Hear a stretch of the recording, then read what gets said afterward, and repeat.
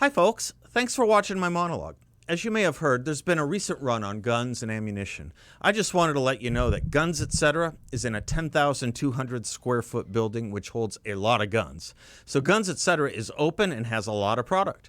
Or you can go to gunsetc.com, that's gunsetc.com. And if you like my monologue, please subscribe to our channel using 960 The Patriot. Welcome back. Happy April 20th. Dr. Bennett and I are working on a new piece. Our outline is that as with most crises, various facts and truths will take on a predominance and become conventional wisdom. Often we do not find out how much of that conventional wisdom was wrong until after the fact. Let us hope we do not have to wait any further.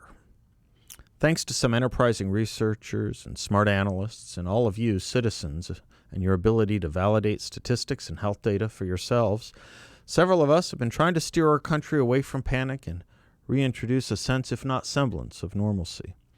As each day goes by, we learn more and more about the coronavirus and its effects, most of it ignored, unreported, or reported wrongly. Thus, we suggest a focus away from the blare and glare of raw death tolls and potentialities that have not come true, and instead, facts. Perhaps we could start with these. 1. The coronavirus was never going to kill millions of Americans or anyone else, as first and wrongly predicted. The first numbers we heard for America were 2.2 million. Indeed, there are a total of just over 169,000 deaths over the entire world, 41,000 of those in the United States. But that dire prediction was the first out of the box, and it struck in too many minds, struck too much fear, and it still lingers. As with any false story, the correction never quite makes up for the initial error. 2. The correction came in late March as we were told to expect between 100,000 and 240,000 deaths in the United States. But the death toll from this virus keeps coming in lower and lower. We are being told this is because of mitigation and distancing orders. Forgotten in that those six-figure numbers included and factored in mitigation and social distancing orders.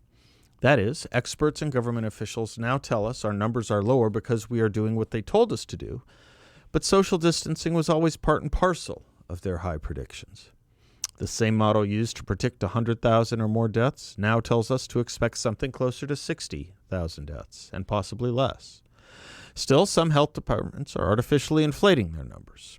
New York City's health department is now counting probable COVID-19 deaths. As Dr. Deborah Birx put it, unlike other countries, quote, we've taken a very liberal approach to mortality. If someone dies with COVID-19, we are counting that as a COVID-19 death, close quote. 3. The per capita rates and dates of lockdown in various states confirm our questioning of not only one lockdown-fits-all policies, but also the very question of the effectiveness of lockdowns themselves. Look at the timing. California, our largest state by far, locked down only 3 days before New York. California has 6% of the cases as New York per capita, 4% of the death rate. Florida, also bigger than New York, locked down almost 2 weeks after New York. Florida has 9% of the cases as New York per capita, 4% the death rate. Ohio locked down 1 day before New York. Ohio has 7% of the cases per capita as New York, 5% the death rate. Missouri locked down more than 2 weeks after New York. Missouri has 7% of the cases as New York per capita, 4% the death rate. To repeat, the rest of the country is not New York. 4. We have upended our economy, skyrocketed unemployment, closed schools and houses of worship, and banned other social gatherings for something that has revealed itself to be about as deadly as a regular flu season. 5. A recent study out of Stanford reveals the coronavirus is 50 to 85 times less deadly than initially thought. The infection mortality rate of the coronavirus there is not the 2 to 5% others have surmised wrongly, but one somewhere in the small hundredths of a single percent range. A new study out of USC for LA County that just came on board today says much the same. 6. The closing of our schools is an increasing curiosity. We immediately and drastically transfigured over 55 million children's educational and social lives to protect them from a virus that affects them less than the annual flu. As of this writing, a total of 3 children have died from the coronavirus in New York City, each having underlying conditions. Fewer than 10 children have died nationally from COVID-19, although over 70 have died from the flu. The argument that children could spread the coronavirus to adults is true, but that is true of the flu as well, and the flu affects children more than the coronavirus. This has put an additional burden on families, children, and for our poorest, has ripped millions of them from solid meals and solid adults. 7. All perspective was lost. We have needed to hospitalize just under 79,000 people for coronavirus illnesses. The previous 2 flu seasons in America required well over 490,000 hospitalizations. As Dr. Jonathan Geach has written, our healthcare system is now underwhelmed and healthcare workers are being laid off and furloughed in droves as a result of healthcare centers having neglected patient care not related to COVID-19 in fear of a COVID-19 surge that failed to materialize on a nationwide basis. This means tens of millions of patients are failing to receive the medical care they need in a timely manner.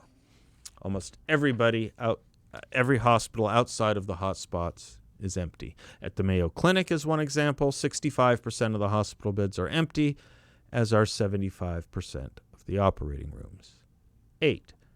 Our coronavirus response will create multiple other health problems. Congressman Tom McClintock put it well. How many of the 1.8 million new cancers each year in the United States will go undetected for months because routine screenings and appointments have been postponed? How many heart, kidney, liver, and pulmonary illnesses will fester while people's lives are on hold? How many suicides or domestic homicides will occur as families watch their livelihoods evaporate before their very eyes? How many drug and alcohol deaths can we expect as Americans stew in their homes under police-enforced, indefinite home detection orders? How many new cases of obesity-related diabetes and heart disease will emerge as Americans are banished from outdoor recreation and instead spend their idle days within a few steps of the refrigerator?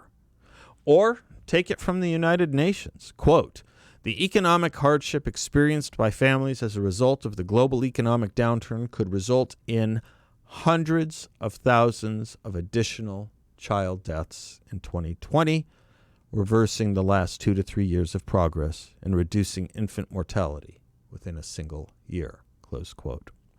9. The political posturing, while predictable, is one-sided.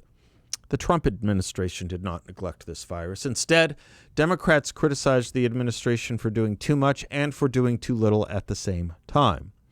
The travel ban from China was xenophobic in late January. His declaration of a national emergency in early March was too late.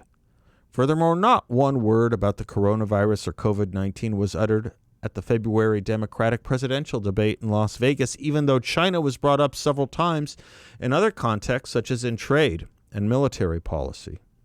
As late as February 24th, House Speaker Nancy Pelosi was telling people, quote, we think it's safe to come to Chinatown and hope others will come. And on the very last day of February, on the very eve of March, the principal expert on whom the president relies and the press reveres, Dr. Anthony Fauci stated, quote, right now, at this moment, there is no need to change anything you are doing on a day-by-day basis, close quote. And 10, no model has been accurate, but each model has overestimated cases and deaths by magnitudes. We urge readers and listeners to look at their own state models, but one example for illustration. Minnesota locked down over predictions ranging from 50,000 with mitigation orders to 74,000 without. It has 121. Almost all of us are interested in the health, safety, and well-being of the American people, and we predict the mortality rate will be revised down again. The daily death rate will decline dramatically in the next 2 weeks, and within a couple of months, a lot of this will be in the rearview mirror, except there will be a second wave of this crisis that will result from massive unemployment and all the mental and social illnesses and deaths that will come from that, and the other policies the lockdowns and shutdowns have brought. In short, there will be more deaths from the convulsing of our country as a result of the response to the coronavirus than from the coronavirus itself. I'm Seth Leibsohn. We'll be right back.